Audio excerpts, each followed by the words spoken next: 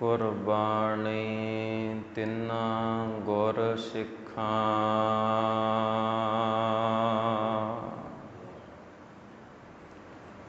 ਪਿਛਲ ਰਾਤੀਂ ਉੱਠ ਬਹੰਦੇ,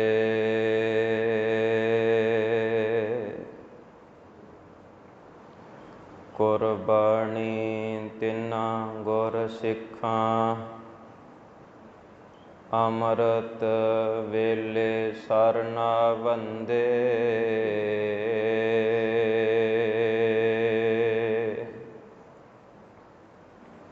ਕੁਰਬਾਨੀ ਤਿੰਨਾਂ ਗੁਰ ਸਿੱਖਾਂ। ਹੋਏ ਇਕ ਮਨ ਗੁਰ ਜਾਪੁ ਪੰਦੇ,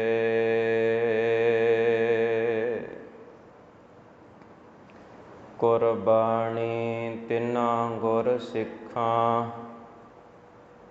ਗੁਰਬਾਣੀ ਨਿਤ ਗਾਏ ਸੁਣੰਦੇ,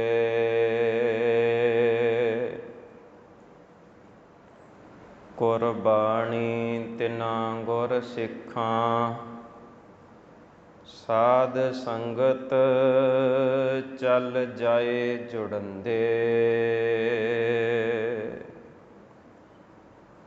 ਸੋ ਕਹੋ ਟਲ ਗੁਰ ਸੇਵੀਐ, ਅਹਨਿਸ ਸਹਿਜ ਸੁਭਾਏ। ਦਰਸ਼ਨ ਪਰਸੈ ਗੁਰੂ ਕੈ, ਜਨਮ ਮਰਨ ਦੁਖ ਜਾਏ। ਹੋਵੈ ਸਿਫਤ ਖਸਮ ਦੀ, ਨੂਰ ਅਰਸੋਂ ਕੁਰਸੋਂ ਝਟੀਐ। ਤੁਧ ਡਿਠੇ ਸਚੇ ਪਾਤਸ਼ਾਹ, ਮਲ ਜਨਮ ਜਨਮ ਦੀ ਕੱਟੀ। ਸਜਣ ਸਚਾ ਪਾਤਸ਼ਾਹ, ਸਿਰ ਸਾਹਾਂਦੈ ਸਾਹ। ਜਿਸ ਪਾਸ ਬੈਠਿਆ ਸੋਹੀਐ, ਸਭਨਾ ਦਾ ਵੇਸਾਹੋ। ਸਤਿਨਾਮ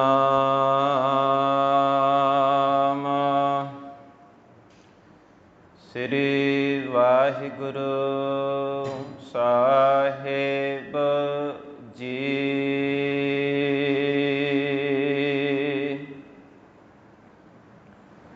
ਇਕ ਓੰਕਾਰ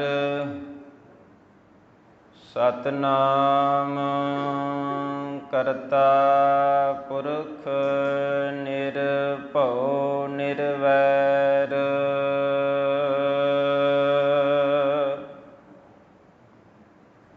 ਅਕਾਲ ਮੂਰਤ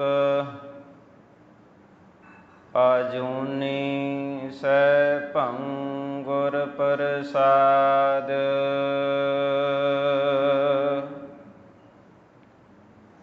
ਰਾਗ ਸੂਹੀ ਮਹੱਲਾ ਪਹਿਲਾ। ਚੌਪਦੇ ਘਰ ਪਹਿਲਾ। ਭਾਂਡਾ ਧੋਏ ਬੈਸ ਧੂਪ ਦੇਵਹੁ, ਤਉ ਦੂਧੈ ਕਉ ਜਾਵਹੁ। ਦੂਧ ਕਰਮ ਫੁਨ ਸੁਰਤ ਸਮਾਇਣਾ, ਹੋਏ ਨਿਰਾਸ ਜਮਾਵਹੁ।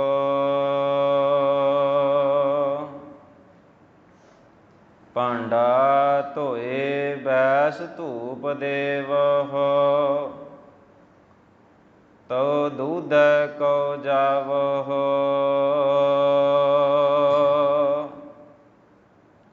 ਦੂਧ ਕਰਮ ਫੁਨ ਸੁਰਤ ਸਮਾਇਣਾ,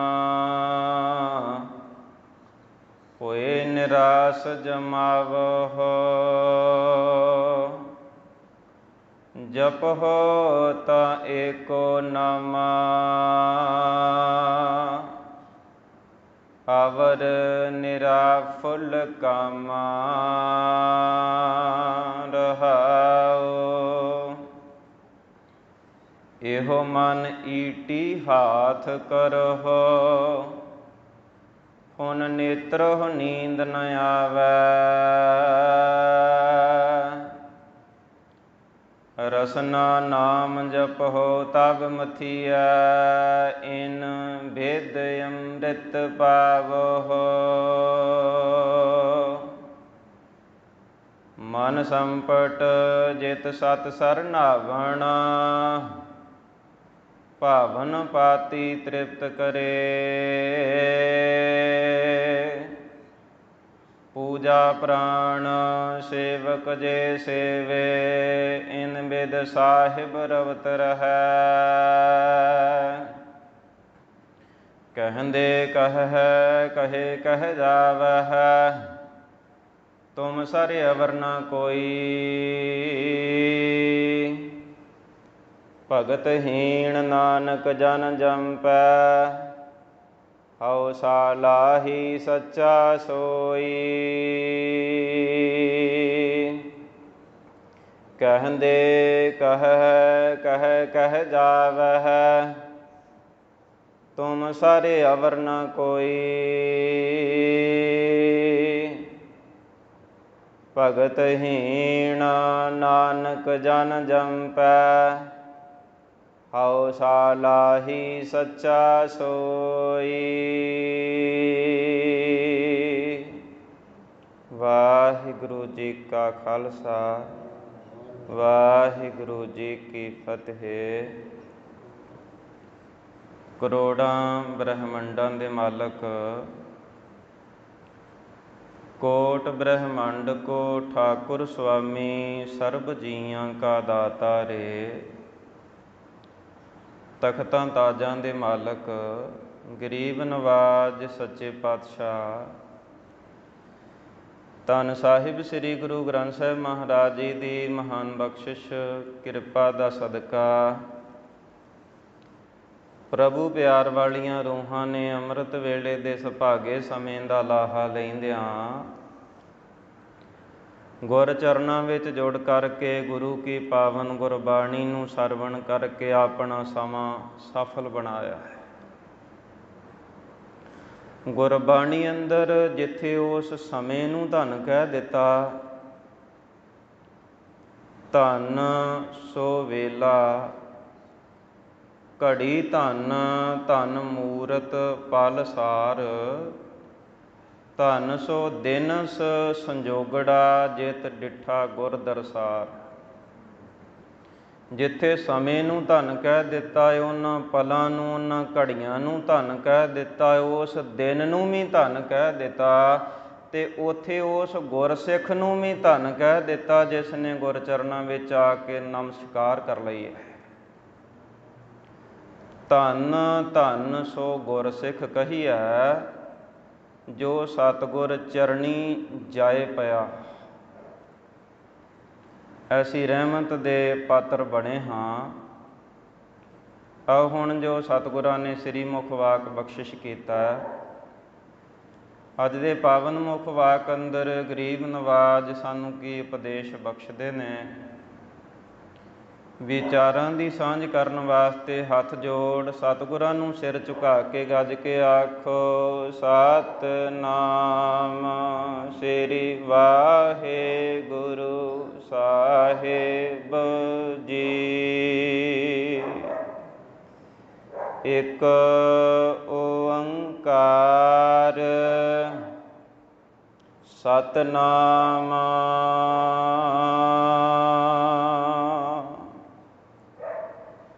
ਇਸ ਪਾਵਨ ਸ਼ਬਦ ਦੀ ਪ੍ਰਾਰੰਭਤਾ ਤੋਂ ਪਹਿਲੇ ਗਰੀਬ ਨਵਾਜ ਨੇ ਮੰਗਲ ਕੀਤਾ। ਇਹ ਮਹਾਰਾਜ ਜੀ ਦੀ ਮੌਜ ਆ ਵੀ ਕਿਤੇ ਇੰਨਾ ਕੀ ਮੰਗਲ ਕਰ ਦਿੰਦੇ ਨੇ ਵੀ ਇੱਕ ਓੰਕਾਰ ਸਤਿਗੁਰ ਪ੍ਰਸਾਦ। ਪਰ ਇਸ ਸ਼ਬਦ ਦੀ ਪ੍ਰਾਰੰਭਤਾ ਤੋਂ ਪਹਿਲਾਂ ਗਰੀਬ ਨਵਾਜ ਨੇ ਗੁਰ ਪ੍ਰਸਾਦ ਤੱਕ ਮੰਗਲ ਕੀਤਾ। ਇੱਕ ਅਦੂਤੀ, ਇੱਕ ਅਮੇਵਾ, ਇੱਕ ਹੈ ਕੌਣ ਅਕਸਰ ਗੁਰਮੁਖੋ, ਇੱਕ ਪਰਮਾਤਮਾ ਨੂੰ ਕਿਹਾ ਗਿਆ ਹੈ। ਪਰਮਾਤਮਾ ਨੂੰ ਇੱਕ ਕਿਉਂ ਕਿਹਾ ਗਿਆ? ਕਿਉਂ ਜਦੋਂ ਅਸੀਂ ਦੁਨੀਆ ਵਿੱਚ ਤੱਕਦੇ ਹਾਂ ਤੇ ਇੱਕ ਦੇ ਮੁਕਾਬਲੇ ਤੇ ਦੂਜਾ ਮਿਲਣਾ ਸੁਭਾਵਿਕ ਆ। ਇੱਕ ਕੋਈ ਸਮਰਾਟ ਵੱਡਾ ਰਾਜਾ ਆ, ਚੱਕਰਵਰਤੀ ਰਾਜਾ ਆ, ਤੇ ਉਹਦੇ ਮੁਕਾਬਲੇ ਤੇ ਦੂਜਾ ਰਾਜਾ ਵੀ ਮਿਲ ਜਾਏਗਾ। ਸੰਸਾਰ ਤੇ ਕੋਈ ਇੱਕ ਧਨਾਢ ਬੰਦਾ ਆ ਤੇ ਉਹਦੇ ਮੁਕਾਬਲੇ ਤੇ ਦੂਜਾ ਧਨੀ ਖੜਾ ਹੋ ਸਕਦਾ ਹੈ, ਪਰ ਗੁਰਮੁਖੋ ਕਦੇ ਨਹੀਂ ਹੋਵੇਗਾ ਕਿ ਇੱਕ ਰੱਬ ਦੇ ਮੁਕਾਬਲੇ ਤੇ ਦੂਜਾ ਰੱਬ ਵੀ ਖੜਾ ਹੋਵੇ। ਇਹ ਸਾਡਾ ਦੁਖਾਂਤ, ਸਾਡੀ ਬਦਕਿਸਮਤੀ। ਅਸੀਂ ਪਤਾ ਨਹੀਂ ਅੱਜ ਕਿੰਨੇ ਕਿੰਨੇ ਰੱਬ ਪੈਦਾ ਕਰ ਲਏ ਨੇ।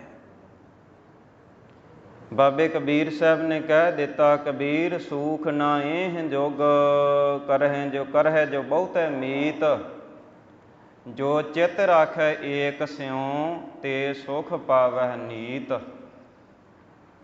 ਕਹਿੰਦੇ ਨੇ ਗੁਰੂ ਕੇ ਸਿੱਖਾ ਪਰਮਾਤਮਾ ਇੱਕ ਆ।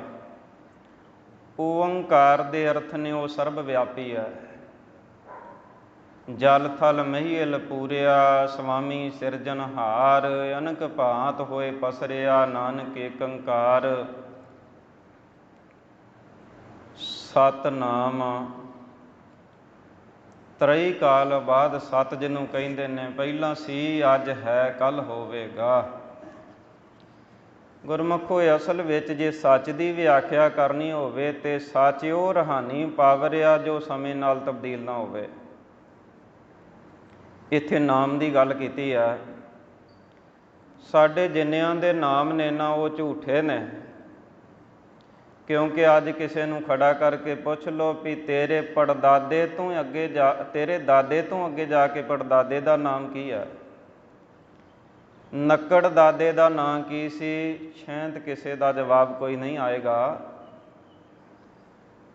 ਗੁਰਮੁਖੋ ਇੱਥੇ ਨਾਮ ਬੜੇ ਦੁਨੀਆ ਨੇ ਧਰੇ, ਤੇ ਬੜੇ ਨਾਮ ਜਿਹੜੇ ਸੀ ਉਹ ਮਲੀਆ ਮੇਟ ਹੋਏ, ਸਮਾਪਤ ਹੋਏ। ਕਬੀਰਾ ਧੂਰ ਸਕੇਲ ਕੈ, ਪੁਰੀਆਂ ਬਾਂਧੀ ਦੇਹ, ਦਿਵਸ ਚਾਰ ਕੋ ਪੇਖਣਾ ਅੰਤ, ਖੇ ਕੀ ਖੇ। ਖੇ ਜਿਹੜੀ ਸੀ ਖੇ ਵਿੱਚ ਮਿਲ ਗਈ।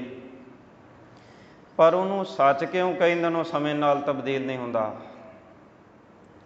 ਜੇ ਬੰਦੇ ਦੀ ਹੋਂਦ ਦੇਖੋਗੇ, ਥੋੜ੍ਹਾ ਸਮਾਂ ਪਹਿਲਾਂ ਬਚਪਨ ਸੀ, ਬਚਪਨ ਬਤੀਤ ਹੋ ਗਿਆ, ਪਰਤ ਕੇ ਜਵਾਨੀ ਆ ਗਈ। ਜਵਾਨੀ ਵਡੇਪੇ ਨੇ ਗਰਾਸ ਲਈ ਤੇ ਵਡੇਪੇ ਨੂੰ ਮੌਤ ਨੇ ਗਰਾਸ ਲਿਆ। ਗੁਰਮੁਖੋ ਇਹ ਤਾਂ ਛਿਨ ਛਿਨ ਤੇ ਬਦਲਦਾ ਜਾ ਰਿਹਾ ਹੈ, ਤਬਦੀਲ ਹੁੰਦਾ ਜਾਂਦਾ ਹੈ।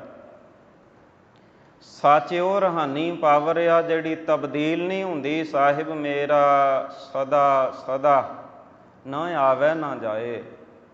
ਸਾਹਿਬ ਮੇਰਾ ਨੀਤ ਨਵਾਂ, ਸਦਾ ਸਦਾ ਦਾਤਾਰ। ਉਹਦਾ ਨਾਮ ਤਰਈ ਕਾਲ ਬਾਅਦ ਸਤ ਹੈ।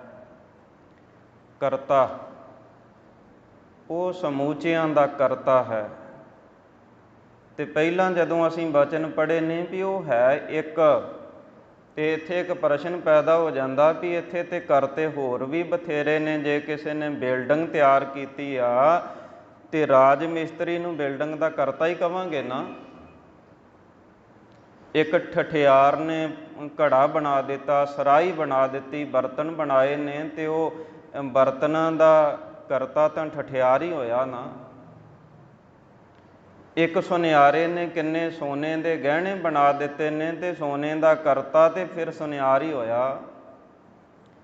ਇੱਕ ਲੁਹਾਰ ਨੇ ਕਿੱਡਾ ਸੋਹਣਾ ਫਰਨੀਚਰ ਤਿਆਰ ਕਰ ਦਿੱਤਾ, ਹੁਣ ਉਹ ਫਰਨੀਚਰ ਦਾ ਕਰਤਾ ਹੋਣ ਕਰਕੇ, ਫਰਨੀਚਰ ਨੂੰ ਬਣਾਉਣ ਕਰਕੇ ਲੁਹਾਰ ਨੂੰ ਵੀ ਤਾਂ ਕਰਤਾ ਕਵਾਂਗੇ ਨਾ।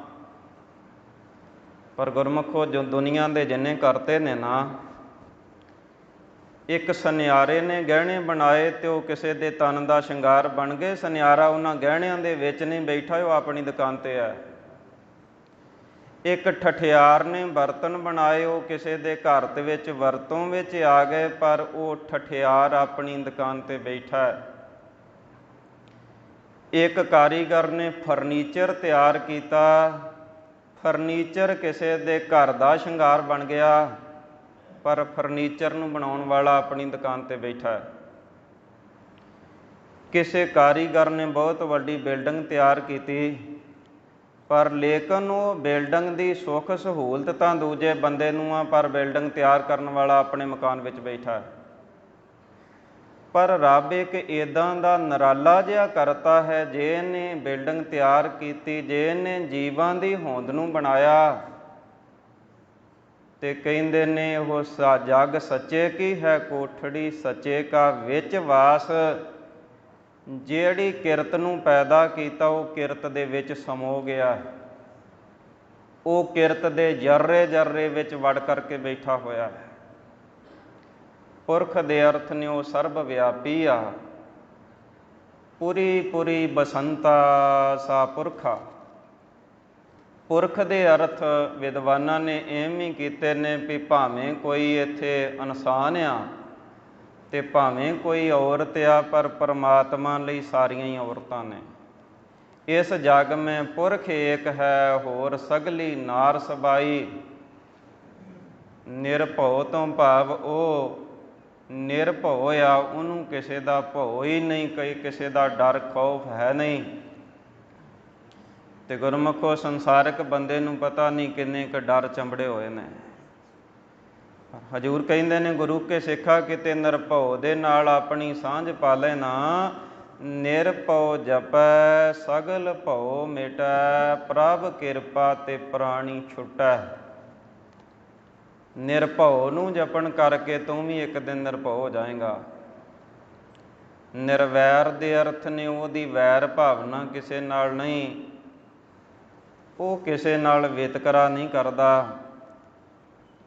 ਮਨੁੱਖ ਦੀ ਵੈਰ ਭਾਵਨਾ ਹੋ ਸਕਦੀ ਹੈ, ਇਹਦੀ ਸੋਚ ਗੰਦੀ, ਇਹਦੀ ਸੋਚ ਮਾੜੀ ਹੋਣ ਕਰਕੇ ਕਿਸੇ ਨਾਲ ਵੈਰ ਜ਼ਰੂਰ ਕਰਦਾ ਹੋਵੇਗਾ, ਪਰ ਪਰਮਾਤਮਾ ਕਿਸੇ ਨਾਲ ਵੈਰ ਕਰਦਾ ਹੀ ਨਹੀਂ।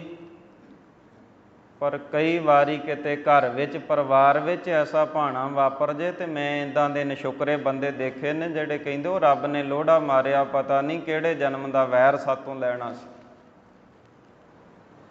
ਅੰਮ੍ਰਿਤ ਵੇਲੇ ਉਹਨੂੰ ਨਿਰਵੈਰ ਆਖਿਆ ਸੀ, ਹੁਣ ਤੂੰ ਕਹਿਣਾ ਰੱਬ ਵੈਰ ਲੈਂਦਾ ਹੈ। ਦੱਦਾ ਦੋਸ਼ ਨਾ ਦੇਊ ਕਿਸੈ, ਦੋਸ਼ ਕਰਮਾਂ ਆਪਣਿਆਂ, ਜੋ ਮੈਂ ਕੀਆ ਸੋ ਮੈਂ ਪਾਇਆ, ਦੋਸ਼ ਨਾ ਦੀਜੈ ਅਵਰ ਜਨਾ। ਪਰਮਾਤਮਾ ਨਿਰਵੈਰ ਆ। ਅਕਾਲ ਮੂਰਤ।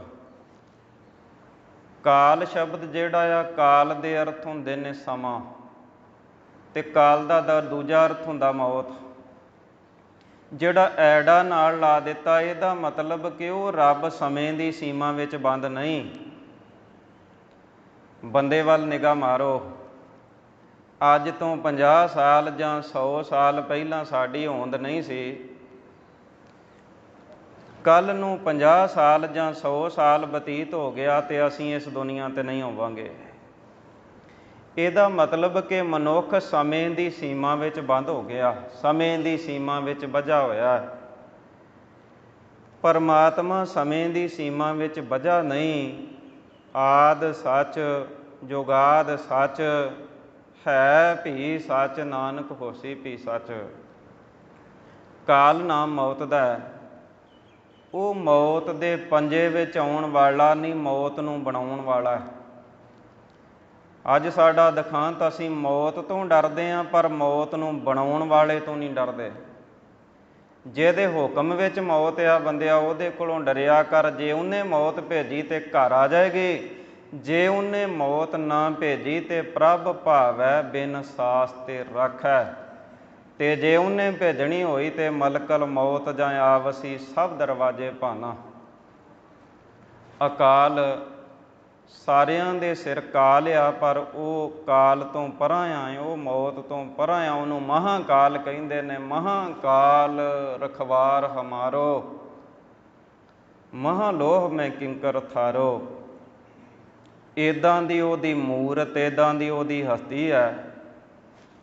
ਅਜੂਨੀ ਸਹਿ ਭੰਗ।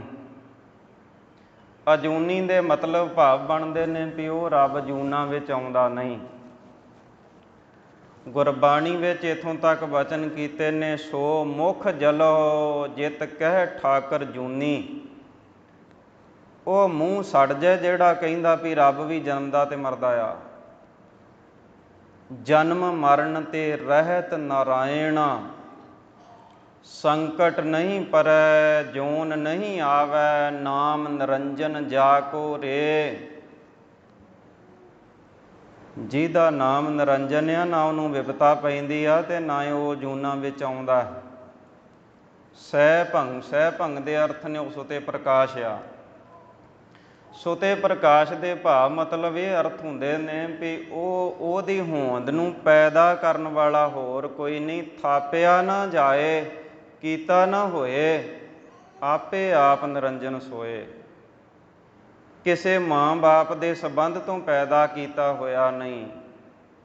ਆਪੀ ਨੇ ਆਪ ਸਾਜਿਓ, ਆਪੀ ਨੇ ਰਚਿਓ ਨਾਓ। ਉਹਦੀ ਹੋਂਦ ਕਿਸੇ ਮਾਂ ਬਾਪ ਜਰੀਏ ਨਹੀਂ। ਨਾ ਤਾਤੈ ਨਾ ਮਾਤੈ, ਨਾ ਜਾਤੈ ਨਾ ਪਾਤੈ, ਨਾ ਤਿਸ ਬਾਪ ਨਾ ਮਾਏ, ਕਿਨ ਤੂੰ ਜਾਇਆ। ਗੁਰ ਪ੍ਰਸਾਦ ਦੇ ਅਰਥ ਨੇ ਐਸੇ ਦੈਵੀ ਗੁਣਾਂ ਵਾਲਾ ਪਰਮਾਤਮਾ ਗੁਰੂ ਦੀ ਕਿਰਪਾ ਨਾਲ ਪ੍ਰਾਪਤ ਹੁੰਦਾ ਹੈ। ਗੁਰੂ ਕੇ ਸਿੱਖਾ ਤੂੰ ਗੁਰੂ ਦੀ ਕਿਰਪਾ ਦਾ ਪਾਤਰ ਬਾਣਾ। ਰਾਗ ਸੂਹੀ ਮਹੱਲਾ ਪਹਿਲਾ, ਚੌਪ ਦੇ ਘਰ ਪਹਿਲਾ। ਸੂਹੀ ਰਾਗ ਅੰਦਰ ਪਹਿਲੇ ਪਾਤਸ਼ਾਹ ਧੰਨ ਗੁਰੂ ਨਾਨਕ ਦੇਵ ਮਹਾਰਾਜ ਜੀ ਉਚਾਰਨ ਕਰਦੇ ਨੇ। ਚੌਪਦਿਆਂ ਵਾਲਾ ਇਹ ਸ਼ਬਦ ਆ। ਰਾਗੀ ਸਿੰਘਾਂ ਦੇ ਲਈ ਇਹ ਪਾਵਨ ਸ਼ਬਦ ਪਹਿਲੇ ਘਰ ਸੁਰ ਤਾਲ ਦੇ ਅੰਦਰ ਗਾਇਨ ਕਰਨ ਦੀ ਹਦਾਇਤ ਮੇਰੇ ਸਾਹਿਬ ਨੇ ਕੀਤੀ ਹੈ। ਭਾਂਡਾ ਧੋਏ ਬੈਸ ਧੂਪ ਦੇਵਹੁ, ਤਉ ਦੂਧੈ ਕਉ ਜਾਵਹੁ। ਸਾਡੇ ਦੇਸ਼ ਦੀ ਇੱਕ ਰਵਾਇਤ ਸੀ, ਮਾਤਾਵਾਂ ਦੁੱਧ ਦਾ ਇੰਨਾ ਕਦਬ ਕਰਦੀਆਂ ਸੀ ਨਾ ਵੀ ਦੁੱਧ ਬੜੀ ਪਵਿੱਤਰ ਚੀਜ਼ ਆ। ਗੁਰਮੁਖੋ ਜੇ ਗੁਰਬਾਣੀ ਪੜ੍ਹ ਕੇ ਦੇਖੋਗੇ ਨਾ ਤੇ ਦੁੱਧ ਨੂੰ ਇੱਥੇ ਅੰਮ੍ਰਿਤ ਲਿਖਿਆ ਜੇ। ਸੋਇਨ ਕਟੋਰੀ ਅੰਮ੍ਰਿਤ ਭਰੀ, ਲੈ ਨਾਮੈ ਹਰਿ ਆਗੈ ਧਰੀ। ਤੇ ਗੁਰਬਾਣੀ ਦੇ ਅੰਦਰ ਦੁੱਧ ਦਾ ਇੰਨਾ ਸਤਿਕਾਰ ਆ। ਤੇ ਪੁਰਾਤਨ ਜਿਹੜੀਆਂ ਮਾਤਾਵਾਂ ਸੀ ਦੁੱਧ ਦਾ ਇੰਨਾ ਅਦਬ ਕਰਦੀਆਂ।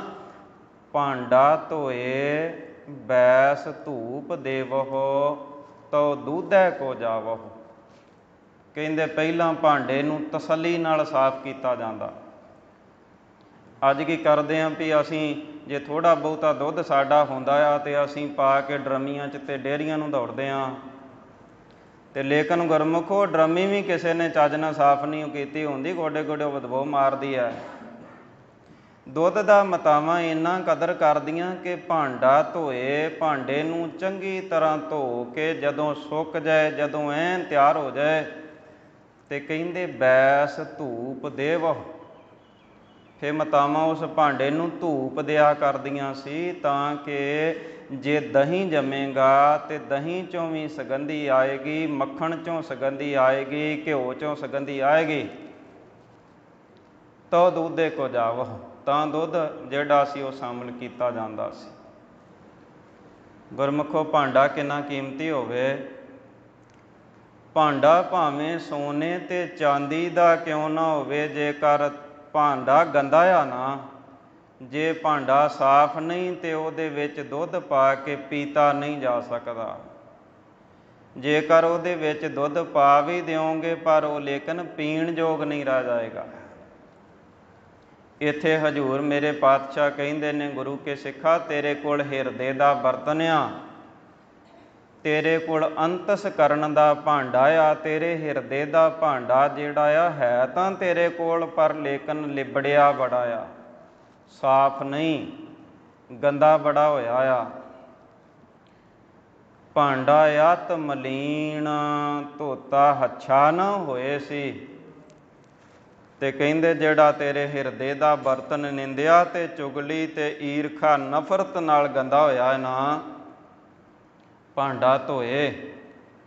ਪਹਿਲਾਂ ਤਾਂ ਤੂੰ ਆਪਣੇ ਹਿਰਦੇ ਦੇ ਬਰਤਨ ਨੂੰ ਧੋ, ਤੇ ਹਿਰਦੇ ਦੇ ਬਰਤਨ ਨੂੰ ਧੋ ਕੇ ਬੈਸ ਧੂਪ ਦੇਵਹੁ। ਬੈਸ ਦੇ ਅਰਥ ਨੇ ਵਾਸ਼ਨਾ। ਵਾਸ਼ਨਾ ਜਿਹੜੀ ਚੰਗੀ ਵਾਸ਼ਨਾ, ਚੰਗੀ ਸੋਚ ਪੈਦਾ ਕਰਨੀ ਆ ਨਾ ਆਪਣੇ ਅੰਦਰ, ਇਹ ਧੂਪ ਦੇ।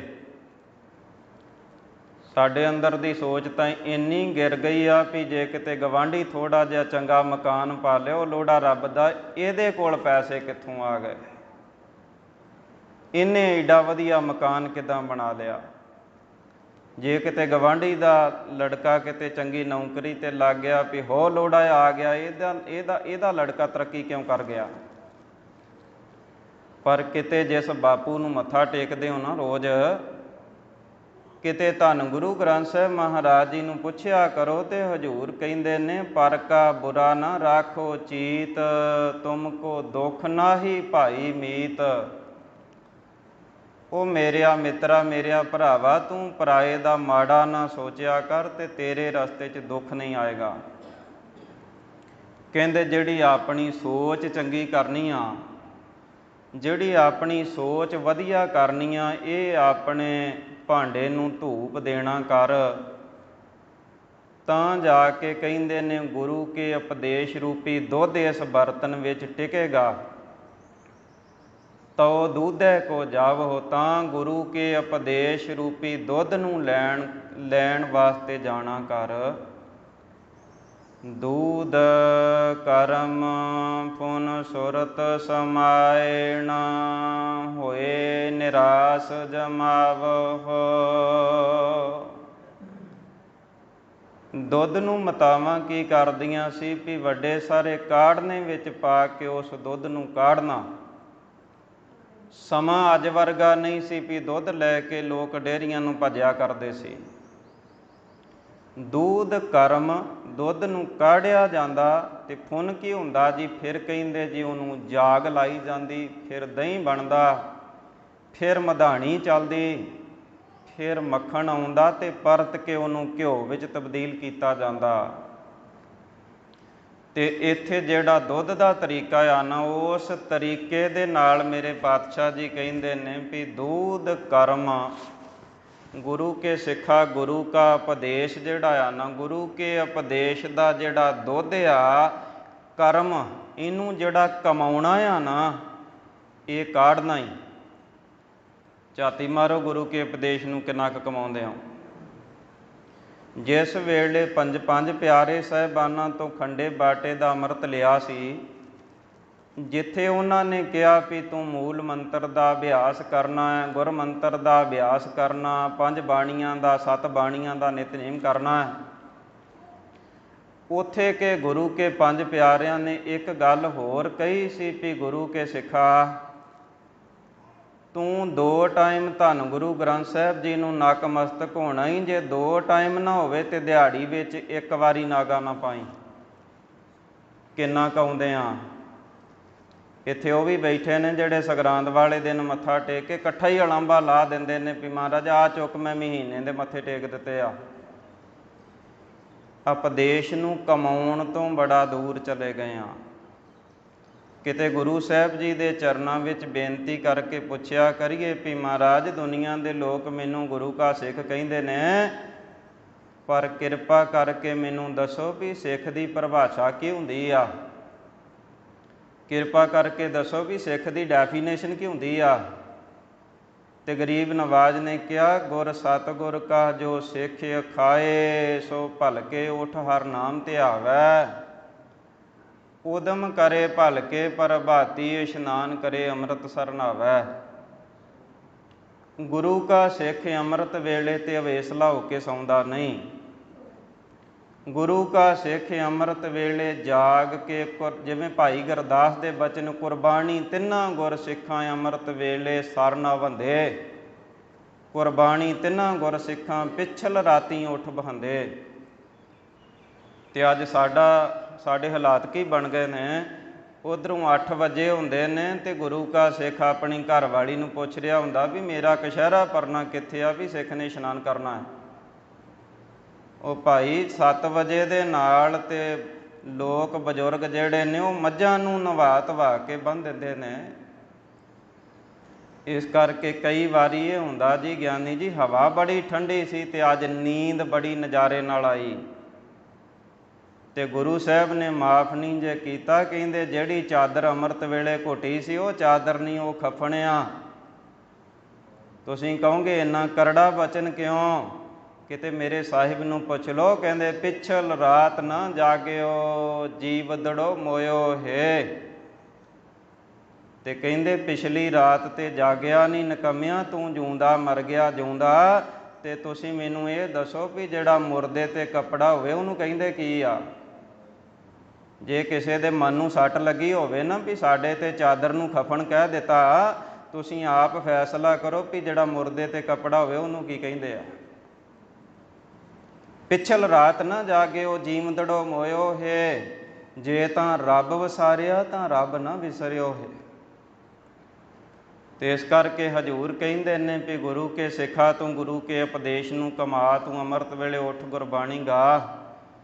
ਗੁਰੂ ਕੇ ਚਰਨਾਂ ਵਿੱਚ ਆ ਕੇ ਆਪਣੇ ਸਵਾਸਾਂ ਦੀ ਸਫਲਤਾ ਬਣਾ। ਦੂਧ ਕਰਮ, ਗੁਰੂ ਕੇ ਉਪਦੇਸ਼ ਨੂੰ ਕਰਮ ਜਿਹੜਾ ਕਮਾਉਣਾ ਆ ਨਾ, ਇਹ ਦੁੱਧ ਦਾ ਕਾੜਨਾ ਆ। ਫੁਨ ਸੁਰਤ ਸਮਾਇਣ, ਫੁਨ ਫੇਰ ਕੀ ਕਰੀਏ ਜੀ? ਫਿਰ ਕਹਿੰਦੇ ਜਿਹੜੀ ਸੁਰਤੀ ਆ ਨਾ, ਸੁਰਤੀ ਨੂੰ ਜਿਹੜਾ ਗੁਰੂ ਕੇ ਸ਼ਬਦ ਵਿੱਚ ਟਿਕਾਉਣਾ ਆ, ਇਹ ਜਾਗ ਲਾਉਣੀ ਆ। ਆਪਣੀ ਸੁਰਤ ਨੂੰ ਗੁਰੂ ਕੇ ਸ਼ਬਦ ਵਿੱਚ ਟਿਕਾਏਗਾ। ਮੇਰੇ ਸਾਹਿਬ ਨੇ ਕਹਿ ਦਿੱਤਾ, ਸ਼ਬਦ ਗੁਰੂ ਸੁਰਤ ਧੁਨ ਚੇਲਾ। ਅਸੀਂ ਸੁਰਤ ਨੂੰ ਟਿਕਾਉਣਾ ਹੀ ਨਹੀਂ ਚਾਹੁੰਦੇ। ਘਰੋਂ ਆਉਂਦੇ ਹਾਂ ਗੁਰੂ ਕੀ ਖੁਸ਼ੀ ਲੈਣ ਵਾਸਤੇ, ਤੇ ਜੇਬ ਵਿੱਚ ਸਾਡੇ ਜੰਤਰ ਹੁੰਦਾ ਤੇ ਜਰਾ ਰਿੰਗ ਵੱਜੀ, ਉੱਧਰੋਂ ਅਰਦਾਸ ਬੇਨਤੀ ਹੋ ਰਹੀ ਹੁੰਦੀ ਹੈ ਤੇ ਫੱਟ ਲਾ ਕੇ ਕੰਨ ਨੂੰ ਲਾ ਲਿਆ ਜੀ, ਮੈਂ ਗੁਰਦੁਆਰੇ ਖਲੋਤਾ ਹੋਇਆ। ਆ ਤੇਰਾ ਬੇੜਾ ਤਰ ਜੇ, ਗੁਰਦੁਆਰੇ ਇੱਦਾਂ ਚਾਹੀਦਾ। ਸੁਰਤ ਸਮਾਇਣ, ਆਪਣੀ ਸੁਰਤ ਨੂੰ ਗੁਰੂ ਕੇ ਸ਼ਬਦ ਵਿੱਚ ਟਿਕਾ। ਥਿਰ ਕਰ ਬਹਿਸੋ ਹਰਿ ਜਨ ਪਿਆਰੇ, ਸਤਿਗੁਰ ਤੁਮਰੇ ਕਾਜ ਸਵਾਰੇ। ਆਪਣੀ ਸੁਰਤ ਨੂੰ ਗੁਰੂ ਕੇ ਸ਼ਬਦ ਵਿੱਚ ਟਿਕਾਏਗਾ, ਇਹ ਜਾਗ ਲੱਗ ਜਾਏਗੀ। ਹੋਏ ਨਿਰਾਸ ਜਮਾਵਹੁ, ਜਿਹੜਾ ਦੁਨੀਆ ਦੀਆਂ ਆਸਾਂ ਤੋਂ ਉੱਪਰ ਉੱਠਣਾ ਆ, ਤੇ ਇਹ ਕਹਿੰਦੇ ਨੇ ਦਹੀਂ ਜੰਮ ਜਾਏਗਾ, ਦਹੀਂ। ਆਸਾ ਮਨਸਾ ਸਗਲ ਤਿਆਗੈ, ਜਗ ਤੇ ਰਹਿ ਨਿਰਾਸਾ। ਕਾਮ ਕ੍ਰੋਧ ਜਿਹ ਪਰਸੈ ਨਾਹਿਨ, ਤਿਹ ਘਟ ਬ੍ਰਹਮ ਨਿਵਾਸਾ।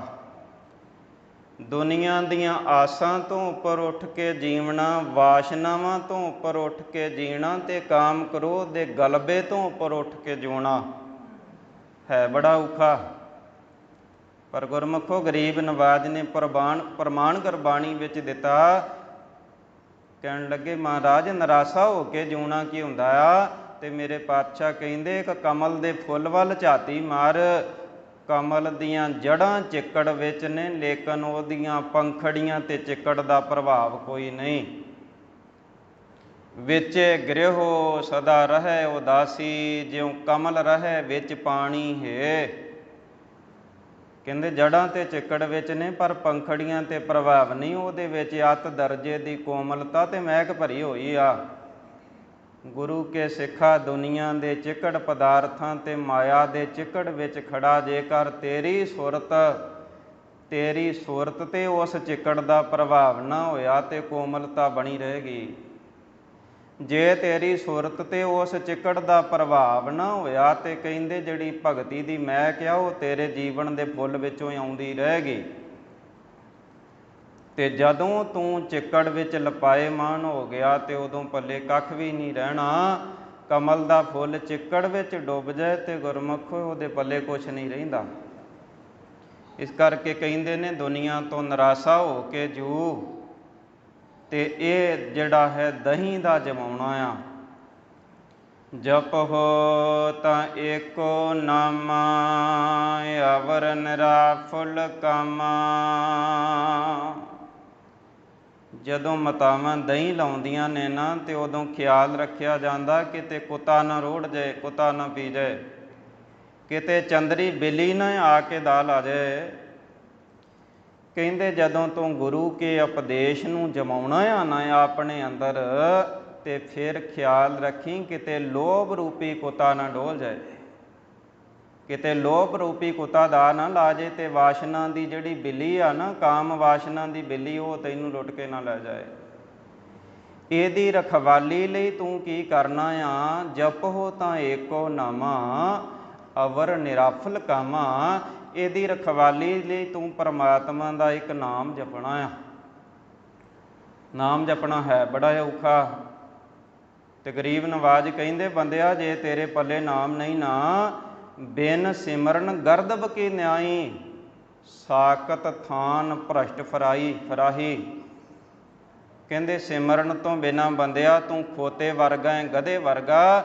ਤੇ ਗਧਾ ਸਾਰਾ ਦਿਨ ਗੰਦਗੀ ਵਿੱਚ ਤੇ ਮਿੱਟੀ ਘੱਟੇ ਵਿੱਚ ਲੇਟਦਾ, ਤੇ ਤੂੰ ਦੁਨੀਆ ਦੀ ਚੁਗਲੀ ਤੇ ਨਿੰਦਿਆ ਦੇ ਘੱਟੇ ਵਿੱਚ ਲੇਟਦਾ। ਨਸ਼ਿਆਂ ਵਿੱਚ, ਸ਼ਰਾਬਾਂ ਵਿੱਚ, ਕ੍ਰੀਤੀਆਂ ਵਿੱਚ, ਬਦਫੈਲੀਆਂ ਵਿੱਚ ਲੇਟਦਾ ਜਾ ਕੇ। ਨਾਮ ਬਿਨਾ ਸਿਮਰਨ, ਬਿਨ ਸਿਮਰਨ ਗਰਦਬ ਕੀ ਨਿਆਈ, ਸਾਕਤ ਥਾਨ ਭ੍ਰਸ਼ਟ ਫਰਾਈ। ਬਿਨ ਸਿਮਰਨ ਕੂਕਰ ਹਰਕਾਇਆ, ਸਾਕਤ ਲੋਭੀ ਬੰਧ ਨਾ ਪਾਇਆ। ਬਿਨਾਂ ਸਿਮਰਨ ਤੋਂ ਕਹਿੰਦੇ ਨੇ ਤੂੰ ਹਲਕੇ ਕੁੱਤੇ ਵਰਗਾ ਹੈ।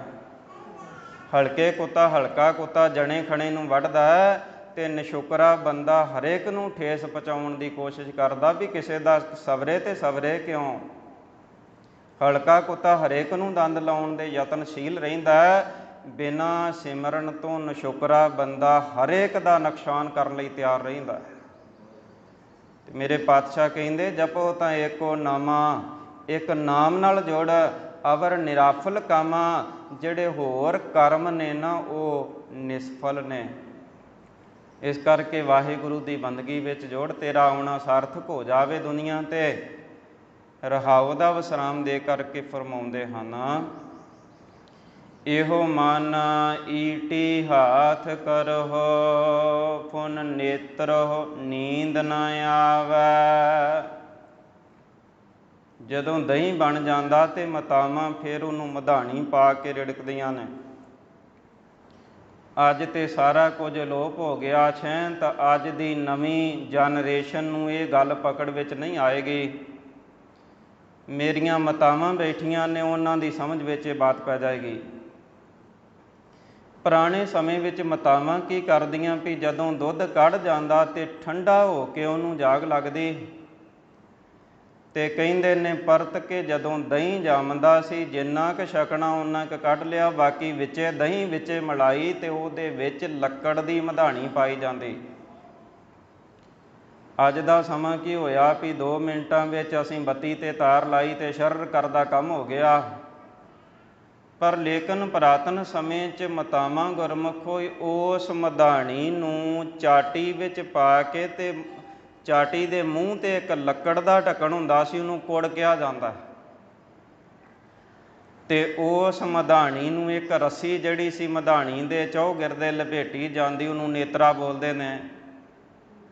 ਤੇ ਨੇਤਰੇ ਦੇ ਨਾਲ 2 ਗੁੱਲੀਆਂ ਹੁੰਦੀਆਂ ਸੀ ਜੀ, 5 ਇੰਚ ਲੰਬੀ ਗੁੱਲੀ ਤੇ 1.5 ਇੰਚ ਮੋਟੀ। 5 ਇੰਚ ਲੰਬੀ ਤੇ 1.5 ਇੰਚ ਮੋਟੀ ਗੁੱਲੀ ਜਿਹੜੀ ਸੀ, ਉਹ ਨੇਤਰੇ ਦੇ ਦੋਨਾਂ ਨੇਤਰਿਆਂ ਦੇ ਸਿਰੇ ਤੇ ਬੱਝੀਆਂ ਹੁੰਦੀਆਂ।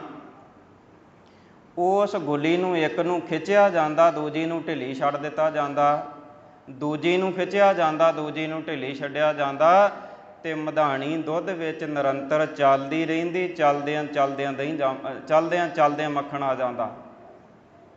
ਤੇ ਅੱਜ ਵਾਂਗੂ ਗੁਰਮੁਖੋ ਸਰਵਾਈਕਲ ਵਰਗੀਆਂ ਬਿਮਾਰੀਆਂ ਦਾ ਤਾਂ ਕਿਤੇ ਨਾਮੋ ਨਿਸ਼ਾਨ ਹੀ ਨਹੀਂ ਸੀ। ਜਦੋਂ ਅੰਮ੍ਰਿਤ ਵੇਲੇ ਉੱਠ ਕੇ ਇੰਨੀ ਮਧਾਣੀ ਚਲਾਈ, ਮੈਨੂੰ ਮੇਰਾ ਬਚਪਨ ਯਾਦ ਆ। ਮੇਰੀ ਮਾਂ, ਮੈਂ ਛੋਟਾ ਜਿਹਾ ਸਾਂ, ਮੈਨੂੰ ਆਪਣੀ ਗੋਦ ਵਿੱਚ ਲੈ ਕੇ ਲੱਕੜ ਦੀ ਮਧਾਣੀ ਚਲਾਉਂਦੀ ਰਹੀ ਆ। ਤੇ ਨਾਲ ਉਹਨੇ ਲੱਕੜ ਦੀ ਮਧਾਣੀ ਚਲਾਉਣੀ, ਤੇ ਨਾਲ ਉਹਨੇ ਸ਼ਬਦ ਪੜ੍ਹਨਾ, ਸਤਿਗੁਰ ਸਾਚੇ ਦੀਆ ਭੇਜ। ਉਹ ਸ਼ਬਦ ਮੈਨੂੰ ਚੰਗੀ ਤਰ੍ਹਾਂ ਯਾਦ ਆ, ਭਾਵੇਂ ਉਹ ਮੇਰਾ ਬਚਪਨ ਸੀ। ਅਜੇ ਮੈਂ ਸਕੂਲ ਦਾ ਊੜਾ ਐੜਾ ਨਹੀਂ ਸਾਂ ਪੜ੍ਹਿਆ।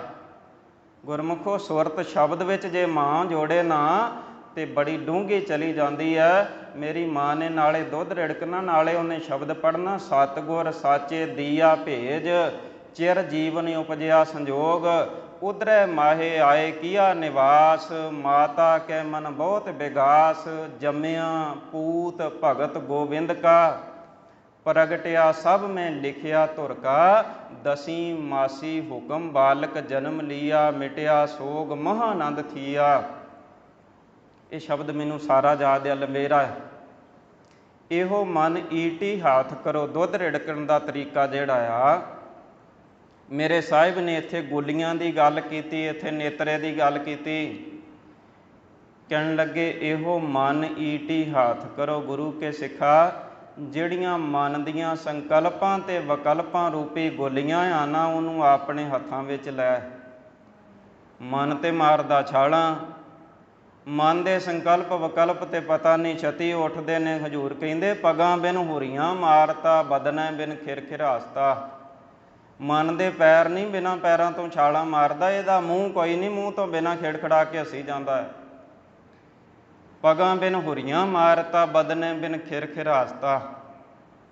ਤੇ ਸਾਹਿਬ ਕਹਿੰਦੇ ਨੇ ਮਨ ਦੀਆਂ ਜਿਹੜੀਆਂ ਸੰਕਲਪਾਂ ਤੇ ਵਿਕਲਪਾਂ ਦੀਆਂ ਈਟੀ ਨਾਮ ਗੁੱਲੀ ਦਾ ਹੁੰਦਾ ਜੀ, ਜਿਹੜੀ ਨੇਤਰੇ ਨਾਲ ਵੱਜੀ ਹੁੰਦੀ ਹੈ। ਇਹੋ ਮਨ ਈਟੀ ਹੱਥ ਕਰੋ, ਮਨ ਦੀਆਂ ਗੋਲੀਆਂ ਆਪਣੇ ਕੰਟਰੋਲ 'ਚ ਫੜ। ਤੇ ਫਿਰ ਕੀ ਕਰਨਾ ਜੀ? ਕਹਿੰਦੇ ਫੁੰਨ ਦਾ ਅਰਥ ਹੁੰਦਾ ਫਿਰ ਕੀ ਕਰੀਏ? ਨੇਤਰ ਹੋ ਨੀਂਦ ਨਾ ਆਵੇ। ਜਿਹੜੀ ਮਧਾਣੀ ਦੇ ਉੱਪਰੋਂ ਦੀ ਰੱਸੀ ਪਾਈ ਜਾਣੀ ਆ, ਜਿਹਦੇ ਨਾਲ ਮਧਾਣੀ ਘੁੰਮਣੀ, ਉਹਨੂੰ ਨੇਤਰਾ ਕਹਿੰਦੇ ਨੇ। ਕਹਿੰਦੇ ਗੁਰੂ ਕੇ ਸਿੱਖਾ ਤੂੰ ਭਗਤੀ ਵਿੱਚ ਬੈਠੇ, ਤੇਰੇ ਨੇਤਰਾਂ ਵਿੱਚ ਨੀਂਦ ਨਾ ਆਵੇ, ਇਹ ਨੇਤਰਾ ਪਾ। ਅਸੀਂ ਤੇ ਕਹਿੰਦੇ ਹਾਂ ਗਿਆਨੀ ਜੀ ਗੁਟਕਾ ਸਾਹਿਬ ਫੜਿਆ ਸੀ, ਉੱਥੇ ਹੀ ਨੀਂਦ ਆ ਗਈ। ਅਸੀਂ ਤਾਂ ਨਾਮ ਜਪਣ ਲਈ ਬੈਠੇ ਸਾਂ, ਪਤਾ ਨਹੀਂ ਉੱਥੇ ਹੀ ਨੀਂਦ ਆ ਗਈ। ਤੇ ਕਈ ਕਹਿੰਦੇ ਨੇ ਜੀ ਸੰਗਤ ਵਿੱਚ ਕਥਾ ਸੁਣਦੇ, ਕੀਰਤਨ ਸੁਣੋ, ਚੰਦਰੀ ਨੀਂਦ ਆ ਜਾਂਦੀ ਆ। ਤੇ ਮੈਂ ਇੱਕ ਦਿਨ ਸੋਚਿਆ ਵੀ ਨੀਂਦ ਆਉਂਦੀ ਕਿਉਂ ਆ? ਕਰਦਿਆਂ ਕਿਤੇ ਮੈਨੂੰ ਤੁਲਸੀਦਾਸ ਦੀ ਪੁਸਤਕ ਮਿਲੀ। ਤਾਂ ਤੁਲਸੀਦਾਸ, ਸਾਈਂ ਤੁਲਸੀਦਾਸ ਨੇ ਨੀਂਦ ਦਾ ਇੱਕ ਕਾਰਨ ਲਿਖਿਆ। ਕਹਿਣ ਲੱਗੇ ਤੁਲਸੀ ਪੂਰਬ ਪਾਪ ਤੇ ਹਰ ਜਸ ਸੁਣਿਓ ਨਾ ਜਾਏ, ਕਹਿ ਊਂ ਗੈ ਕਹਿ ਲੜ ਪੜੇ, ਕਹਿ ਘਰ ਕੋਈ ਉੱਠ ਜਾਏ। ਕਹਿੰਦੇ ਬੰਦੇ ਨੇ ਪੂਰਬਲੇ ਕੋ ਪਾਪ ਇੰਨੇ ਕੀਤੇ ਨੇ ਵੀ ਉਹਨਾਂ ਪਾਪਾਂ ਸਦਕਾ ਰੱਬ ਦੀ ਗੱਲ ਸੁਣੀ ਨਹੀਂ ਜਾਂਦੀ। ਕਹਿੰਦੇ ਜਾਂ ਤੇ ਬਹਿੰਦਿਆਂ ਸਾਰ ਊਂਘ ਜਾਂਦਾ ਹੈ, ਨੀਂਦ ਘੇਰ ਲੈਂਦੀ ਹੈ। ਤੇ ਜਾਂ ਕਹਿੰਦੇ ਕਿਸੇ ਨਾਲ ਉੱਦਾਂ ਹੀ ਲੱਤ ਫਸਾ ਲੂ, ਸਿਰ ਫਸਾ ਲੂ, ਕਿਸੇ ਨਾਲ ਲੜ ਪਊ ਗੁਰੂ ਘਰ ਵਿੱਚ। ਤੇ ਜਾਂ ਇਹਨੂੰ ਪਿੱਛੇ ਦੀਆਂ ਵਾਸ਼ਨਾਵਾਂ ਖਿੱਚ ਦਿੰਦੀਆਂ, ਮੇਰਾ ਕਿਤੇ ਕੰਮ ਹੀ ਨਾ ਵਿਗੜ ਜਾਏ, ਮੈਂ ਪਿੱਛੇ ਜਾਵਾਂ। ਜਾਂ ਇੱਥੋਂ ਉੱਠ ਕੇ ਘਰ ਨੂੰ ਚੱਲ ਜਾਂਦਾ, ਵਿੱਚ ਹੀ ਕਥਾ ਛੱਡ ਜਾਂਦਾ, ਵਿੱਚ ਹੀ ਕੀਰਤਨ ਛੱਡ ਜਾਂਦਾ। ਇਸ ਕਰਕੇ ਕਹਿੰਦੇ ਨੇ ਗੁਰੂ ਕੇ ਸਿੱਖਾ ਤੈਨੂੰ ਨੀਂਦ ਨਾ ਆਵੇ, ਜਾਗ ਕੇ ਰਹਿ। ਜਾਗ ਲਿਹੋ ਰੇ ਮਨਾ, ਜਾਗ ਲਿਹੋ ਕਹਾਂ ਗਾਫਲ ਸੋਇਆ। ਜੋ ਤਨ ਉਪਜਿਆ ਸੰਗ ਹੀ, ਸੋ ਭੀ ਸੰਗ ਨਾ ਹੋਇਆ। ਇਸ ਕਰਕੇ ਕਹਿੰਦੇ ਨੇਤਰਾਂ ਵਿੱਚ ਤੇਰੇ ਨੀਂਦ ਨਾ ਆਵੇ। ਅਵਿਦਿਆ ਦੀ ਨੀਂਦ, ਇਹ ਇੱਕ ਪੰਕਤੀ ਦੀ ਵਿਆਖਿਆ ਜੇ ਖੋਲੀਏ ਬੜੀ ਲੰਬੀ ਚੌੜੀ ਆ। ਇੱਕ ਤਾਂ ਪ੍ਰਤੱਖ ਨੀਂਦ ਹੁੰਦੀ ਆ, ਇੱਕ ਅਵਿਦਿਆ ਦੀ ਨੀਂਦੇ ਸੌਂਦਾ ਬੰਦਾ। ਜਾਗਦਾ ਵੀ ਸੁੱਤਾ ਹੁੰਦਾ। ਜਾਗਦਾ ਕਿੱਦਾਂ ਸੁੱਤਾ ਹੁੰਦਾ ਜੀ? ਇੱਕ ਮੈਂ ਇਸ਼ਾਰੇ ਮਾਤਰ ਕਹਿ ਕੇ ਅੱਗੇ ਤੁਰ ਪਵਾਂ। ਕਹਿੰਦੇ ਨੈਣੀ ਨੀਂਦ ਪਰ ਦ੍ਰਿਸ਼ਟ ਵਕਾਰ, ਸ਼ਰਵਣ ਸੋਏ ਸੁਣ ਨਿੰਦ ਵਿਚਾਰ, ਰਸਨਾ ਸੋਈ ਲੋਭ ਮੀਠੈ ਸਾਧ, ਮਨ ਸੋਇਆ ਮਾਇਆ ਬਿਸਵਾਦ। ਇਸ ਘਰ ਮੈਂ ਕੋਈ ਜਾਗਤ ਰਹੇ, ਸਾਬਤ ਬਸਤਿਓ ਆਪਣੀ ਲਹੈ। ਕਹਿੰਦੇ ਅੱਖਾਂ ਆਪਣੇ ਰਸ ਵਿੱਚ, ਪਰਾਇਆ ਰੂਪ ਵਿੱਚ ਦੇਖਣ ਵਿੱਚ ਸੌਂ ਗਈਆਂ ਨੇ। ਮਨ ਮਾਇਆ ਦੇ ਸੁਪਨਿਆਂ ਵਿੱਚ ਸੌਂ ਗਿਆ। ਕੰਨ ਨਿੰਦਿਆ ਚੁਗਲੀ ਸੁਣਨ ਵਿੱਚ ਸੌਂ ਗਏ ਨੇ। ਰਸਨਾ ਨਾਮ ਜਪਹੁ ਤਬ ਮਥੀਐ, ਇਨ ਬਿਦ ਅੰਮ੍ਰਿਤ ਪਾਵਹੁ। ਗੁਰੂ ਕੇ ਸਿੱਖਾ ਰਸਨਾ ਦੇ ਨਾਲ ਬਾਰ-ਬਾਰ ਵਾਹਿਗੁਰੂ ਮੰਤਰ ਦਾ ਅਭਿਆਸ ਕਰਨਾ। ਬਾਰ-ਬਾਰ ਜਪੇਂਗਾ, ਇਹ ਰਿੜਕਣਾ ਪੈ ਜਾਏਗਾ। ਮਥੀਐ ਦਾ ਅਰਥ ਹੁੰਦਾ ਰਿੜਕਣਾ। ਪੰਡਤ ਦਹੀਂ ਵਲੋਈਐ ਭਾਈ, ਵਿੱਚੋਂ ਨਿਕਲੈ ਤੱਥ। ਰਸਨਾ ਨਾਲ ਜਿਹੜਾ ਬਾਰ-ਬਾਰ ਜਪਣਾ ਆ, ਇਹ ਰਿੜਕਣਾ। ਬਾਰ ਪ੍ਰਭ ਜਪੀਐ, ਪੀ ਅੰਮ੍ਰਿਤ ਇਹੋ ਮਨ ਤੰਤਰ ਪੀਐ। ਰਸਨਾ ਨਾਲ ਬਾਰ-ਬਾਰ ਜਪਣਾ, ਰਿੜਕਣਾ ਆ। ਤੇ ਫਿਰ ਕੀ ਹੋਏਗਾ ਜੀ? ਜਦੋਂ ਰਿੜਕਦੇ ਆ, ਮਤਾਵਾਂ ਰਿੜਕਦੀਆਂ ਨੇ ਦਹੀਂ ਨੂੰ, ਫਿਰ ਕੀ ਹੁੰਦਾ ਆ? ਫਿਰ ਉਹਨਾਂ ਨੂੰ ਮੱਖਣ ਮਿਲ ਜਾਂਦਾ ਆ। ਕਹਿੰਦੇ ਜਦੋਂ ਤੂੰ ਬਾਰ-ਬਾਰ ਰਸਨਾ ਨਾਲ ਰਿੜਕਣਾ ਪਏਗਾ ਨਾ, ਇਨ ਬਿਦ ਅੰਮ੍ਰਿਤ ਪਾਵਹੁ, ਇਸ ਵਿਧੀ ਨਾਲ ਮ੍ਰਿਤ ਨਾਮ ਮੌਤ ਦਾ, ਅੰਮ ਨਾਮ ਰਹਿਤ ਦਾ, ਮੌਤ ਤੋਂ ਰਹਿਤ ਪਦਵੀ ਨੂੰ ਪਾ ਲਏਗਾ। ਇਸ ਵਿਧੀ ਦੇ ਨਾਲ ਨਾ ਗਿਆਨ ਇੱਦਾਂ ਦਾ ਉਤਪੰਨ ਹੋਵੇਗਾ ਕਿ ਮੌਤ ਮਰਨ ਕਾਲ ਕਾ ਤਰਾਸ ਨਿਵਰੀਐ। ਕਬੀਰ ਜੇ ਮਰਨੇ ਤੇ ਜਗ ਡਰੈ, ਮੇਰੇ ਮਾਨਿਓ ਆਨੰਦ, ਮੌਤ ਦੀ ਘਬਰਾਹਟ ਹੀ ਨਹੀਂ ਰਹਿ ਜਾਏਗੀ। ਮ੍ਰਿਤੂ ਤੂੰ ਰਹਿਤ ਪਦਵੀ ਪਾ ਲਏਗਾ। ਮਨ ਸੰਪਟ ਜਿਤ ਸਤ ਸਰ ਨਾਵਣ, ਭਾਵਨ ਪਾਤੀ ਤ੍ਰਿਪਤ ਕਰੇ। ਜਿਹੜੇ ਲੋਕ ਪੂਜਾ ਕਰਦੇ ਨੇ, ਹੁਣ ਪੂਜਾ ਦਾ ਤਰੀਕਾ ਦੱਸਿਆ। ਪੂਜਾ ਕਰਨ ਵਾਲਿਆਂ ਕੋਲ ਇੱਕ ਡੱਬਾ ਹੁੰਦਾ ਜੀ, ਡੱਬੇ ਵਿੱਚ ਪੂਜਾ ਦਾ ਸਮਾਨ ਪਾਇਆ ਹੁੰਦਾ ਆ। ਤੁਲਸੀ ਦੀਆਂ ਪੱਤੀਆਂ ਲੈ ਕੇ ਠਾਕਰੇ ਦੀ ਪੂਜਾ ਕਰਦੇ ਨੇ। ਅਤੇ ਮੇਰੇ ਸਾਹਿਬ ਕਹਿੰਦੇ ਨੇ, ਜੇ ਤੂੰ ਰੱਬ ਦੀ ਪੂਜਾ ਕਰਨੀ ਆ ਤਾਂ ਆਪਣੇ ਮਨ ਨੂੰ ਹੀ ਡੱਬਾ ਬਣਾ। ਮਨ ਸੰਪਟ, ਡੱਬਾ 4 ਚੁਫੇਰੇ ਤੋਂ ਬੰਦ ਹੁੰਦਾ ਅਤੇ ਉਹ ਖੁੱਲ੍ਹਦਾ ਕਿੱਧਰ ਨੂੰ ਆ ਜੀ? ਉਹਦਾ ਢੱਕਣ ਉੱਪਰ ਨੂੰ ਖੁੱਲ੍ਹਦਾ ਆ ਨਾ। ਅਤੇ ਹਜ਼ੂਰ ਕਹਿੰਦੇ ਨੇ, ਬੰਦਿਆ ਦੁਨੀਆ ਦੀਆਂ ਵਾਸ਼ਨਾ ਨਾਲੋਂ ਬੰਦ ਹੋ, ਦੁਨੀਆ ਦੇ ਕਾਮ ਕਰੋ, ਨਿੰਦਿਆ ਚੁਗਲੀ ਵਕੀਲੀ ਤੋਂ ਬੰਦ ਹੋ, ਤੇਰਾ ਢੱਕਣ ਗੁਰੂ ਦੀ ਤਰਫ ਨੂੰ ਖੋਲ੍ਹੇ। ਮਨ ਸੰਪਟ ਇੱਦਾਂ ਦਾ ਡੱਬਾ ਬਣਾ ਮਨ ਨੂੰ। ਜਿਤ ਸਤ ਸਰ ਨਾਵਣ, ਸਤ ਸੰਤੋਖ ਵਿਰਾਗ ਗਿਆਨ ਦਇਆ ਧਰਮ ਵਿਚਾਰ। ਇਹ ਜਿਹੜਾ ਸਰੋਵਰ ਸੰਗਤ ਵਿੱਚੋਂ ਇਹ ਚੀਜ਼ਾਂ ਮਿਲਦੀਆਂ ਨੇ, ਗੁਰੂ ਕੇ ਸੰਗਤ ਰੂਪੀ ਸਰੋਵਰ ਵਿੱਚ ਇਸ਼ਨਾਨ ਕਰ, ਭਾਵਨ ਪਾਤੀ ਤ੍ਰਿਪਤ ਕਰੇ। ਗੁਰੂ ਦੇ ਪ੍ਰਤੀ ਆਪਣੀ ਭਾਵਨਾ ਬਣਾ। ਇਹ ਤੁਲਸੀ ਦੇ ਪੱਤੇ ਫੜ, ਤ੍ਰਿਪਤ ਕਰੇ। ਇੱਦਾਂ ਤੇਰਾ ਠਾਕੁਰ ਤ੍ਰਿਪਤ ਹੋ ਜਾਏਗਾ, ਇੱਦਾਂ ਤੇਰਾ ਮਨ ਵੀ ਤ੍ਰਿਪਤ ਹੋ ਜਾਏਗਾ। ਪੂਜਾ ਪ੍ਰਾਣ ਸੇਵਕ ਜੇ ਸੇਵੇ, ਇਨ ਬਿਦ ਸਾਹਿਬ ਰਵਤ ਰਹੈ। ਕਹਿੰਦੇ ਜੇ ਪੂਜਾ ਕਰਨ ਦਾ ਚਾਅ ਹੀ ਆ ਨਾ, ਅਤੇ ਪੂਜਾ ਕੌਡੀਆਂ ਨਾਲ ਨਹੀਂ ਹੋਣੀ, ਪੂਜਾ ਆਪਣੇ ਪ੍ਰਾਣਾਂ ਨਾਲ ਕਰਿਆ ਕਰ। ਇੱਥੇ ਪੋਟਿਆਂ 'ਤੇ ਗਿਣਨ ਵਾਲੇ ਹੋਣੇ ਨੇ ਜਿਹੜੇ ਪ੍ਰਾਣਾਂ ਨਾਲ ਪੂਜਾ ਕਰਦੇ ਨੇ। ਆਹ ਜਿਹੜੇ ਸਵਾਸ ਚੱਲਦੇ ਨੇ, ਇਹਨਾਂ ਨਾਲ ਵਾਹਿਗੁਰੂ ਵਾਹਿਗੁਰੂ ਵਾਹਿਗੁਰੂ ਆਖਣਾ, ਇਹ ਪ੍ਰਾਣਾਂ ਨਾਲ ਪੂਜਾ ਕਰਨੀ ਆ। ਪ੍ਰਾਣਾਂ ਨਾਲ ਪੂਜਾ ਕਰਿਆ ਕਰ। ਜੇ ਪ੍ਰਾਣਾਂ ਦੀ ਪੂਜਾ ਕਰਨ ਵਾਲਾ ਕੋਈ ਇੱਦਾਂ ਦਾ ਸੇਵਕ ਹੋਵੇ, ਤੇ ਮੇਰੇ ਸਾਹਿਬ ਕਹਿੰਦੇ ਨੇ, ਇਨ ਬਿਦ ਸਾਹਿਬ ਰਵਤ ਰਹੈ। ਇਸ ਵਿਧੀ ਦਾ ਜਿਹੜਾ ਸੇਵਕ ਆ ਨਾ, ਉਹ ਪਰਮਾਤਮਾ ਦੇ ਆਨੰਦ ਨੂੰ ਰਵਤ ਮਾਣ ਲੈਂਦਾ ਆ, ਪਰਮਾਤਮਾ ਦੇ ਆਨੰਦ ਨੂੰ ਪ੍ਰਾਪਤ ਕਰ ਲੈਂਦਾ। ਕੱਲੀ ਕੱਲੀ ਪੰਗਤੀ ਭਾਵੇਂ ਬੜੀ ਬੜੀ ਵਿਆਖਿਆ ਮੰਗਦੀ, ਉਹ ਸਮੇਂ ਦੀ ਸੀਮਾ ਵਿੱਚ ਸਮਾਪਤੀ ਕਰਦੇ ਹਾਂ। ਕਹਿੰਦੇ ਕਹਿ ਕਹੇ ਕਹਿ ਜਾਵਹਿ, ਤੁਮ ਸਾਰੇ ਅਵਰ ਨ ਕੋਈ। ਰੱਬ ਦੇ ਘਰ ਦੀ ਉਸਤਤ ਕਰਨ ਵਾਲੇ ਪਹਿਲਾਂ ਕਈ ਹੋ ਗਏ, ਕਈ ਅੱਜ ਕਹਿੰਦੇ ਨੇ, ਕਈ ਕਹਿ ਕੇ ਤੁਰ ਜਾਣਗੇ, ਪਰ ਮੇਰੇ ਮਾਲਕਾ ਤੇਰੇ ਵਰਗਾ ਹੈ ਕੋਈ ਨਹੀਂ। ਤੇਰੇ ਗੁਣ ਮੁੱਕਦੇ ਨਹੀਂ, ਤੇਰੇ ਗੁਣ ਬਹੁਤੇ ਮੈਂ ਏਕ ਨਾ ਜਾਣਿਆ, ਮੈਂ ਮੂਰਖ ਕਿਛ ਦੀਜੈ। ਪ੍ਰਣਵਤ ਨਾਨਕ ਸੁਣ ਮੇਰੇ ਸਾਹਿਬਾ, ਡੁੱਬਦਾ ਪੱਥਰ ਲੀਜੈ।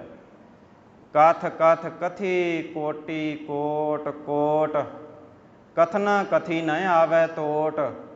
ਕਥਨ ਕਰਦਿਆਂ ਤੋਟ ਥੋੜ੍ਹੀ ਆਉਂਦੀ ਵੀ ਉਹਦੇ ਗੁਣ ਕਿਤੇ ਮੁੱਕ ਜਾਂਦੇ ਨੇ।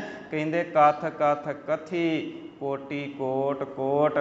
ਕਰੋੜਾਂ ਨੇ ਕਥਨ ਕੀਤਾ ਪਰ ਪੂਰਨ ਤੌਰ 'ਤੇ ਕੋਈ ਬਿਆਨ ਨਹੀਂ ਕਰ ਸਕਿਆ। ਕਹਿੰਦੇ ਕਹਿ ਜਾਵਹਿ, ਤੁਮ ਸਾਰੇ ਅਵਰ ਨ ਕੋਈ। ਤੇਰੇ ਵਰਗਾ ਹੋਰ ਦਾਤਾ ਕੋਈ ਨਹੀਂ। ਭਗਤ ਹੀਣ ਨਾਨਕ ਜਨ ਜੰਪੈ, ਹਉ ਸਾ ਲਾਹੀ ਸੱਚਾ ਸੋਈ। ਇਹ ਵਾਹਿਗੁਰੂ ਮੈਂ ਭਗਤੀ ਤੋਂ ਹੀਣ ਆਇਆ, ਜਪ ਤਪ ਸੰਜਮ ਧਰਮ ਨਾ ਕਮਾਇਆ, ਸੇਵਾ ਸਾਧ ਨਾ ਜਾਣਿਆ ਹਰ ਰਾਇਆ। ਕਹੋ ਨਾਨਕ ਹਮ ਨੀਚ ਕਰਮਾ, ਸਰਨ ਪਰੇ ਕੀ ਰਾਖੋ ਸਰਮਾ। ਭਗਤੀ ਤੋਂ ਹੀਣਾ ਲੋਕ ਮੈਨੂੰ ਕਹਿੰਦੇ ਨੇ, ਅਤੇ ਮੇਰੇ ਮਾਲਕਾ ਜੰਪੈ ਹਜ਼ੂਰ ਉਚਾਰਨ ਕਰਦੇ ਨੇ, ਹੋ ਸਾਲਾਹੀ ਸੱਚਾ ਸੋਈ। ਮੈਂ ਸੱਚੇ ਦੀ ਸਿਫਤ ਕਰਨੀ ਚਾਹੁੰਦਾ ਹਾਂ, ਜਾਂ ਮੈਂ ਸੱਚੇ ਨੂੰ ਸਲਾਹੁੰਦਾ ਹਾਂ, ਅਤੇ ਮੇਰੇ ਮਾਲਕਾ ਮੈਨੂੰ ਆਪਣਾ ਭਗਤ ਬਣਾ। ਮੈਂ ਕਦੀ ਕਦੀ ਤੈਨੂੰ ਚੇਤੇ ਕਰਦਾ ਹਾਂ, ਕਦੀ ਤੇਰੇ ਗੁਣਾਂ ਨੂੰ ਸਲਾਹੁੰਦਾ ਹਾਂ। ਕਿਰਪਾ ਕਰਕੇ ਮੈਨੂੰ ਭਗਤੀ ਦੀ ਖੈਰ ਪਾ ਦੇ। ਤੇਰੀ ਪਨਹ ਖੁਦਾਏ ਤੂੰ ਬਖਸ਼ੰਦਗੀ, ਸ਼ੇਖ ਫਰੀਦੈ ਖੈਰ ਦੀਜੈ ਬੰਦਗੀ। ਸੱਚੇ ਪਾਤਸ਼ਾਹ ਜੀ ਕਿਰਪਾ ਕਰਨਾ, ਪਾਵਨ ਉਪਦੇਸ਼ ਸਾਡੇ ਜੀਵਨ ਦਾ ਅੰਗ ਬਣੇ, ਤਾਂ ਕਿ ਗੁਰਸਿੱਖੀ ਨੂੰ ਕਮਾ ਸਕੀਏ। ਵਿਚਾਰਾਂ ਕਰਦਿਆਂ ਹੋਈਆਂ ਭੁੱਲਾਂ ਦੀ ਮੁਆਫੀ ਗੁਰੂ ਕੀਆਂ ਸੰਗਤਾਂ ਦਾ ਰੋਮ ਰੋਮ ਕਰਕੇ ਦਿਲ ਦੀਆਂ ਗਹਿਰਾਈਆਂ ਵਿੱਚੋਂ ਧੰਨਵਾਦ ਜੀ। ਆਓ ਪਿਆਰ ਨਾਲ 2 ਪੰਕਤੀਆਂ ਪੜ੍ਹ ਕਰਕੇ ਫਤਿਹ ਦੀ ਸਾਂਝ ਕਰੀਏ। ਕਹਿੰਦੇ ਕਹਿ ਜਾਵਹਿ ਤੁਮ ਸਾਰੇ ਅਵਰ ਨ ਕੋਈ, ਭਗਤ ਹੀਣ ਨਾਨਕ ਜਨ ਜੰਪੈ, ਹਉ ਸਾਲਾਹੀ ਸੱਚਾ ਸੋਈ। ਵਾਹਿਗੁਰੂ ਜੀ ਕਾ ਖਾਲਸਾ, ਵਾਹਿਗੁਰੂ ਜੀ ਕੀ ਫਤਿਹ। ਸਤਿਨਾਮ ਵਾਹਿਗੁਰੂ, ਸਤਿਨਾਮ ਵਾਹਿਗੁਰੂ।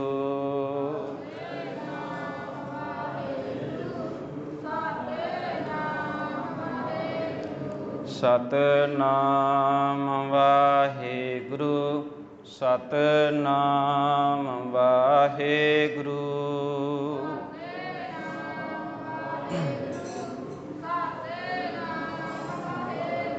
ਸਤਿਨਾਮ ਵਾਹਿਗੁਰੂ, ਸਤਿਨਾਮ ਵਾਹਿਗੁਰੂ।